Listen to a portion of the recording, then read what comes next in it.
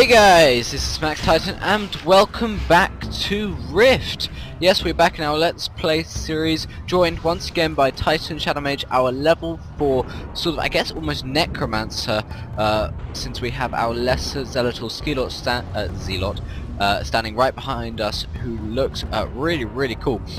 So anyway, say hi. Yep, there we go. Now, obviously you guys will remember in our last episode, we are still actually in the sort of tutorial starting area.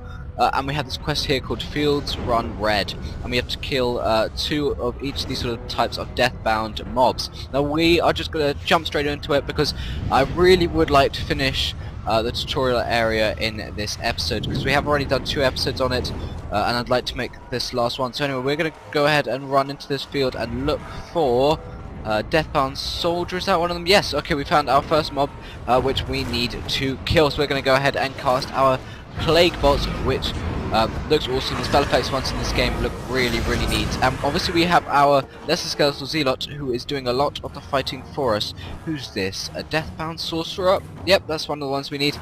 I'm just going to keep running around these fields, guys, and just hopefully run into the mobs that we need. But I think that's sort of how you play any game, to be honest. Okay, cool. There we go. Doesn't the sky look awesome, folks? What is that up there? It's like shining. That's really neat. What's this? You look like a rogue. Yeah, you are a rogue. Perfect. We have death touch put on us, which looks like some sort of damage over time, but thankfully it's gone now. Man, our lesser skeletal zealot is pretty good. Unfortunately, he's not very good at pulling sort of hate or aggro. We seem to get all of it, and they seem to attack us a lot of the time. But anyway, actually, think about it, should we top up our dark armor? Because you guys will remember in the last episode we got our new ability called dark armor, which says it increases damage dealt by damage over time abilities by 5%. When hit, deals 9 death damage to the attacker, and it lasts 1 hour, which is really cool. And there we go. Okay, that is 2 out of 2 for the for the rogues, guys. So now all we need to do is find 1 more soldier and 1 more sorcerer, and we will be done with this quest, because I don't think there are too many actual quests left in this sort of storyline for the tutorial area. So it would be really nice if we could all sort of finish them up today, so then we can actually get out into the real world of Rift. So I can show you that to you guys, because that is sort of the best part of Rift, is it's like huge open worlds, which, trust me folks, is really cool. Okay, we're just going to go ahead and finish this guy off. There we go. And that is a wrap, guy. We have now killed 2 out of 2 of everything, and we can now return to Cyril Kalmar, who I believe will then give us our sort of next objectives and stuff like that, which is really cool. And yeah, let me just quickly check on our journal. Is that the only one we have? Yes, and we will get some nice rewards as well by the look of it. So we'll quickly speak to him. And he says, I see you and I have similar methods. The undead legions that batter our bulwarks are a source of joy for me. I love nothing more than seeing their bones ground to dust and scattered in the Malthusian winds. Well, he's a nice guy, isn't he? He has no concern that people are being brought back from the dead, and these people are probably harmless. But no, he just wants to grind them into dust. But there we go. We get some nice hand wraps and a bag as well. Oh, and look at that, we have leveled up. There we go, with the sort of nuclear explosion of an animation, and our soul tree has automatically been called up because we have some skill points remaining. Now, which tree should we put it into? Dominator. Man, this just looks like it's all sort of about electricity and stuff like that. This is obviously our warlock one with our sort of damage over time, and then this is our necromancer, which I would actually like to put a ability in. Let's go with this one, Deadly Plague, and we get a new ability called Necrosis, which is a sort of damage over time ability, I believe. Oh no, it's just a damage ability. Oh, and we got a new quest called the Pariah, and it says Cyril Kalmar wants you to pray to Theodore to gain access to the Ascendant Hall. Once there, dismantle his machines, chase Opfil, if that's the way you say it, away from Ascendant's Hall, and speak then with the messenger of the vigil at Ascendant Hall. Okay, cool, and we get some nice leggings as well. Die heroically. Oh no, that was just telling us that we had skill points remaining, but we'd already used them up. Now, where is this objective? What the hell? Is our objective a chest? That can't be right. Seriously? Okay, well if you say so. This is called the Shrine of Theodore. But what's this going to do for us? Oh my god. I will send you to the Ascended Hall. Oh wow, okay, it looks like we are being teleported to the Ascended Hall, which is pretty cool. Now, what's this? I'm guessing... Oh, we have to interact with the Orphella's Corruptor. And then I'm guessing, yeah, I was about to say, do we really want to free this guy? He looks quite violent. But apparently so, we do want to. And there we go, we've killed Effect, who is slowly falling apart. Oh my god, the animation's cool. And who the hell are you? Oh, you're Othello, or whatever your name is. You are actually a good chance for us to activate our new ability called Necrosis. Let's see what that looks like. There we go, we sort of just put a damage over time ability on him. Oh, and what's this? We've been stunned. And he is running, and he says, I can't dilate this. One day I'll replicate the Ascension and destroy you. Oh god. Grave warnings from him there. But we have actually completed our quest, man. That was a quick one. We've completed the Pariah, and we now have to speak to the Messenger of the Vigil. And it says, you have done all the gods... pun. You have done all the gods have asked. What? Doesn't even make sense, but it says now they ask for so much more. You must prepare to give your life to push Regulos back through the ward.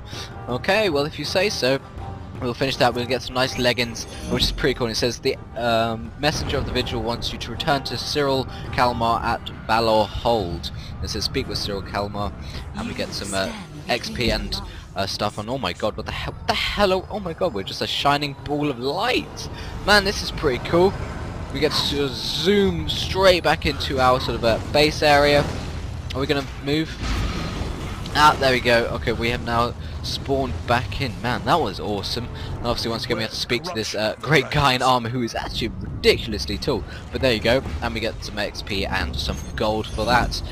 Now we have another quest. Man, there are so many. They're coming at us left, right and center, and it says gathering strength, and it says Cyril Kalmar wants you to use Cyril's bridle to cleanse and mount a shade-touched horse in the Theodore fields, then return the horse to the stable at the Valor Hold. Okay, and we get some potions as well. Now, where are these horses? Let's quickly check on our map as the ground shakes. Oh my god. Okay, so we have sort of several options of where to go. This one looks the closest, so this sort of just looks off to our left over here. Once again, guys, the neat feature of the map going sort of semi-transparent when you run. I think it's over here, actually. Hopefully these guys won't aggro on us. No, I don't think they will. All their names are sort of orange, which I think indicates they won't aggro on you unless you attack them first. But oh, there it is!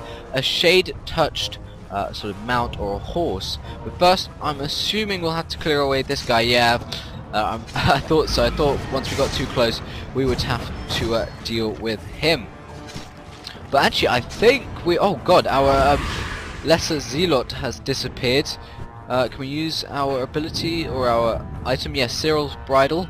There we go. We've actually lost our lesser skeletal zealot. God, what the hell? Oh my god, we've mounted. Okay, so this is sort of your guys' first look at sort of a mount in this game. What's this shining over here? A remnant of Valhal's. I don't even know how to say that. Not say it. Don't even know how to use that.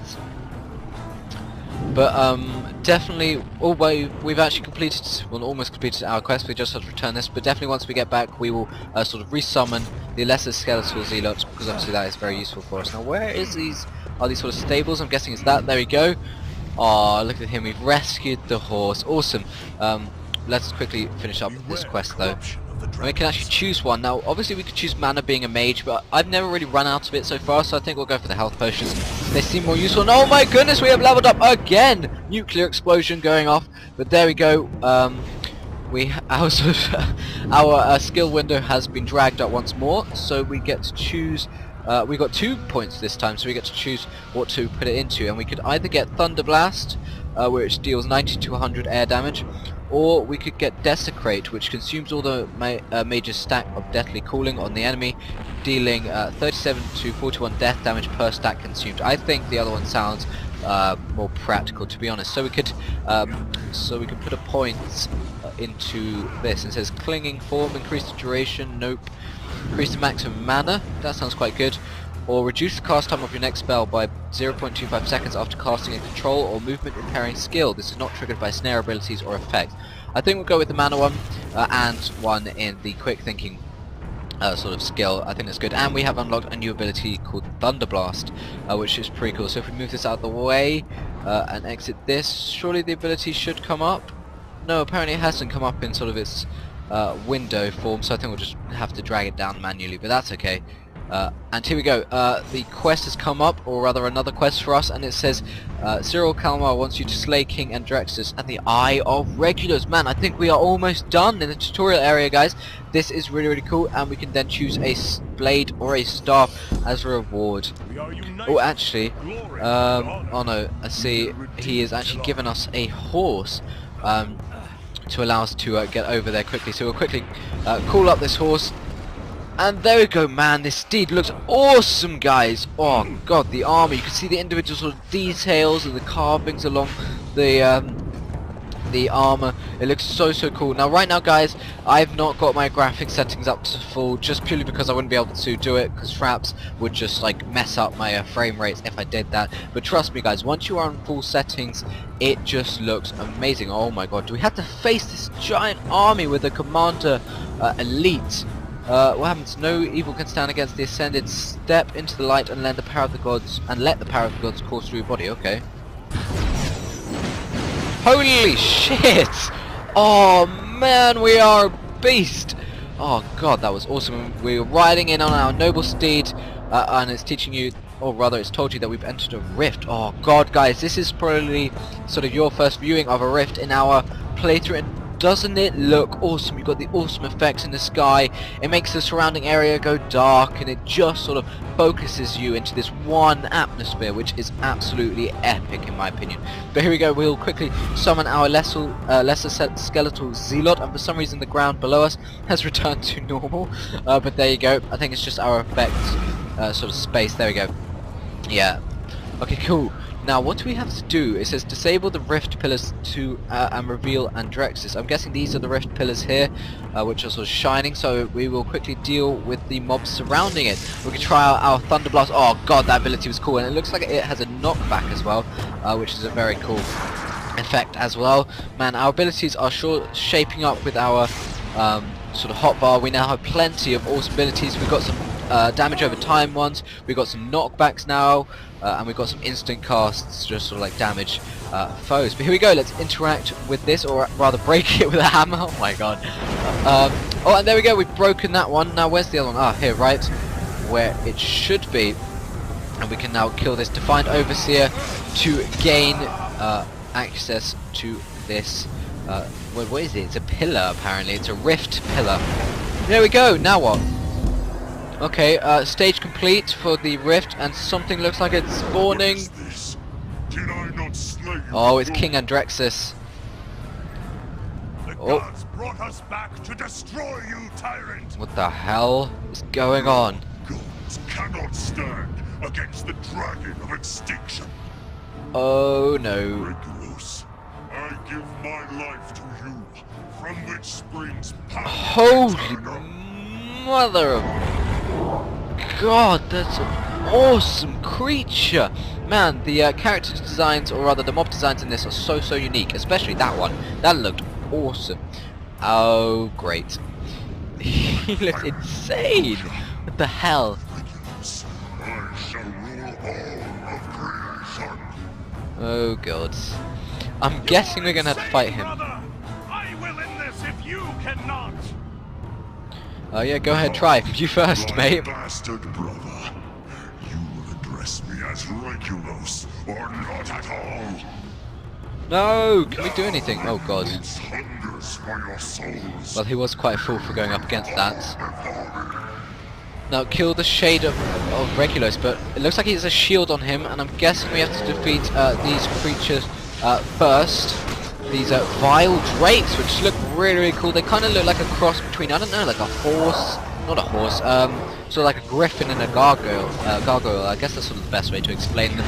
But this is another sort of example of how developers of Rift have not sort of stuck to the traditional sort of mob designs and they have definitely stepped out of those bounds and created some really unique creatures. Oh god, we have some more spawning in. Holy shit, an Etin. Okay, that is not the most unique of creatures. Etins are in other games such as Guild Wars 2, but it is quite a unique take on it. I haven't seen one that looks anywhere near like this, especially not this big. This is crazy, but really cool. Either way, now let's just quickly finish this guy up with some of our awesome abilities. We'll just put some damage over time abilities and hopefully knock him back. There we go, so he can't attack us.